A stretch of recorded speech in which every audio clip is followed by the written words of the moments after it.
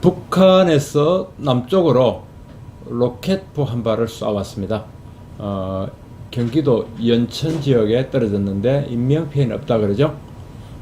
우리 군은 즉각적으로 155mm 크다란 대포 있잖아요. 그 아주 큰 거 155mm 대포를 수십 발 그 원점, 그러니까 그 포가 날아온 지역을 자동으로 파악해서 대응을 했다고 합니다. 저 사람들 왜 저런지 모르겠습니다. 정말 한판 해보자는 걸까요? 지금 경제도 안 좋고 환율 뭐 주식시장 안 좋은데 북한까지 저렇게 도발합니다.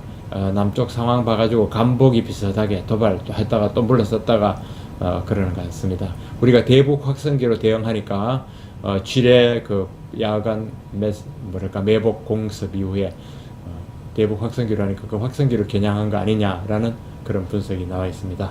자, 이런 내용 등등 포함해서 21일 금요일자 한국경제신문 보시겠습니다. 1면부터 볼까요? 1면에는 제일 큰 기사가 한국은행이 이제 가계비치에 대해서 대대적인 그 경고를 했습니다. 이주일 한현 총재의 얘기인데요.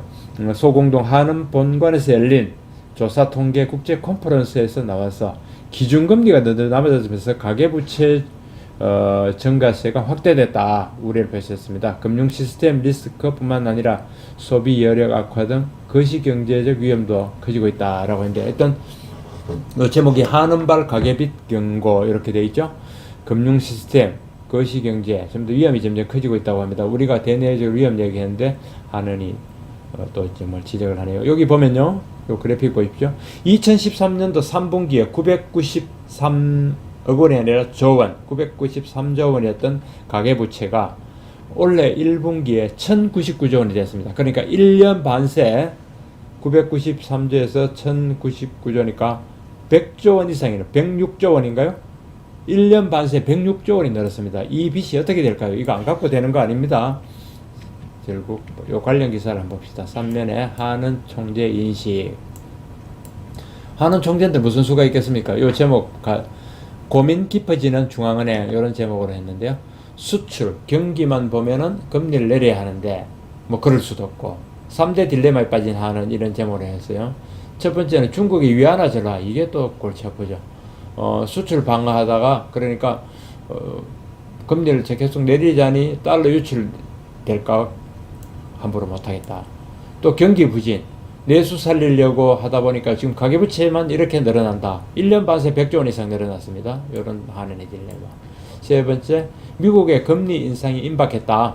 9월이다 아니다. 9월 중에서 준비는 되는데 미흡하다, 뭐 여러 가지 이야기가 슬금슬금 나오는데 어쨌든 9월로 일단은 예고되어 있습니다. 실제로 9월이 아닐 수도 있지만요. 그러다고 우리가 또 자본 유출 막으려고 금리를 올리려니 경기를 또 죽일까, 그것도 걱정이고. 하는 총재의 고민이 이만저만이 아닙니다. 정부 쪽에도 중국의 위안화 전화 지금 최경환 부총리 상당히 시리어스하게 보고 있다는 겁니다. 우리 한국의 경제에 부담이 된다.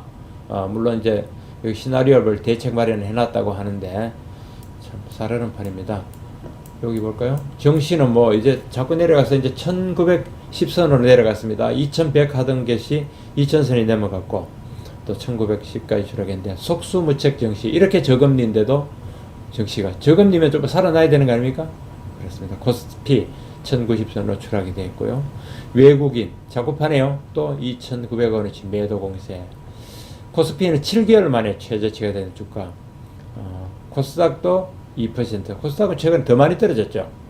뭐 예전에 고전적인 얘기 따르면 이렇게 그루미하게 어두운 장치가 나오고 주가 어렵다 막 이래서 종합지까지 바닥이다, 비관론이 한껏 나올 때 주식 사야 될 때다 라는 얘기도 있는데 정말 사야 될 때인지 아닌지 판단을 한번 잘 해봐야겠네요. 어쨌든 끝없이 이렇게 무너지고 있습니다.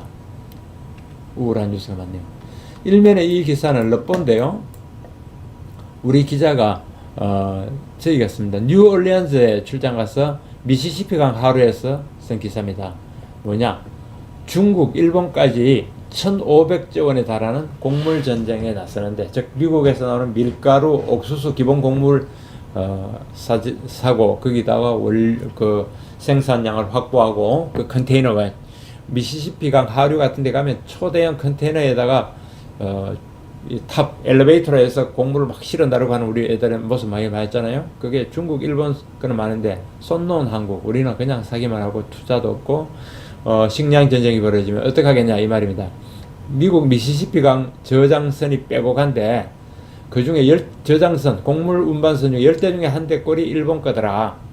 한국 곡물회사는 4년 전에 파산하고 도무지 뭐가 없다. 그런 엿봅니다 현장에. 정말 이거 예산일이 아니죠. 우리 물론 곡물 자금률은 이제 보십시오. 이거 뭐 쌀은 그래도 지금 필요한 양의 한 93%, 뭐 쌀은 100% 할 수 있지만 의무적으로 수입 물량 때문에 94% 정도 된다지만 옥수수, 밀, 콩, 옥수수, 밀은 뭐 1%도 안 됩니다. 이거 전부 다 수입에 써야 되는데 아니 수입에 쓰자는 게 나쁘다는 게 아니라 당연히 비교 우위해서 수입에 먹으면 되죠. 우리는 휴대폰 더 잘 만들고 자동차 잘 만들면 되는데 비교 우위하면 되는데 이거를 수입하는 선에 신경을 안 쓰고 속수무책으로 내버려뒀다 이런 얘기입니다. 국내도 이렇게 재배하자는 얘기 아니죠. 생산지에서 제대로 수입해서 그 도입선을 확보하자 그런 기사입니다. 자, 카드 대신에 삼성페이, 삼성 휴대폰으로 은행 ATM기에서 스마트폰으로 대면 현금 인출이 벌어지고 있다 이런 시대입니다. 뭐 하긴 이 휴대폰 안에 카드 결제 앱도 넣어서 편리하게 지금 이미 쓰고 있는 거죠. 갤럭시 노트 5, 갤럭시 S6로 이런 서비스를 해주고 있어서 삼성페이로 ATM기에 저는 돈을 빼낸다. 그러니까 계좌에 숫자만 많으면 된다 이런 얘기네요. 그런 기사 들어가 있고 아까 했던 북한의 서부전선 연천으로 로켓 도발, 군 수십 발 대형 포격, 연천 주민, 연천 강화 이런데 주민들 긴급 대피령을 내렸다는 기사입니다. 이면 참 이것도 가관의 기사입니다. 한명숙 대법원에서 징역 2년 최종 확정을 받았습니다. 20일 첫 여성 총리에다가 첫 실형을 받는 총리로 불명예를 하게 됐는데요. 뇌물수재가 그동안 대법원이 왜 이걸 확정 판결을 안 해서 의원직만 유지하게 했는지 참 이해가 안 되는 겁니다. 돈 받아서 동생이 쓴 전세금 1억이 유죄 판단의 결정적 근거.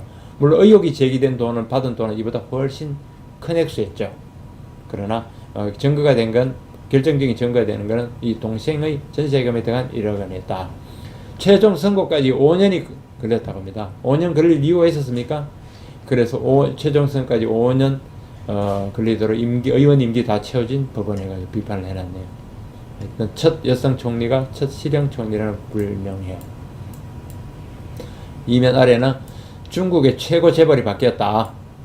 중국 최고 재벌이 그동안 알리바바 회장 IT 재벌 마윈이었는데 지금 이제 부동산 재벌 완다그룹의 왕젠린이 최고 재벌이 됐다.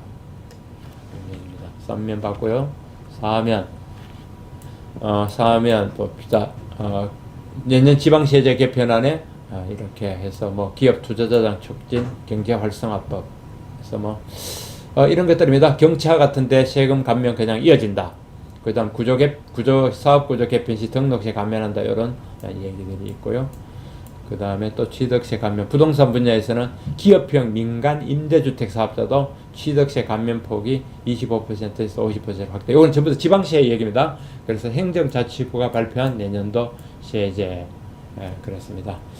세 감면 줄인다고 하더니 결국 그 후퇴했다. 그러니까 세 감면 축소해서 정상화 가겠다고 떵떵했으나 행자부가 결국 그렇게 안 되더라. 경기 부양에 역행한다 하는 기재부 등이 하도 그래서 세 감면을 계속 들어간다.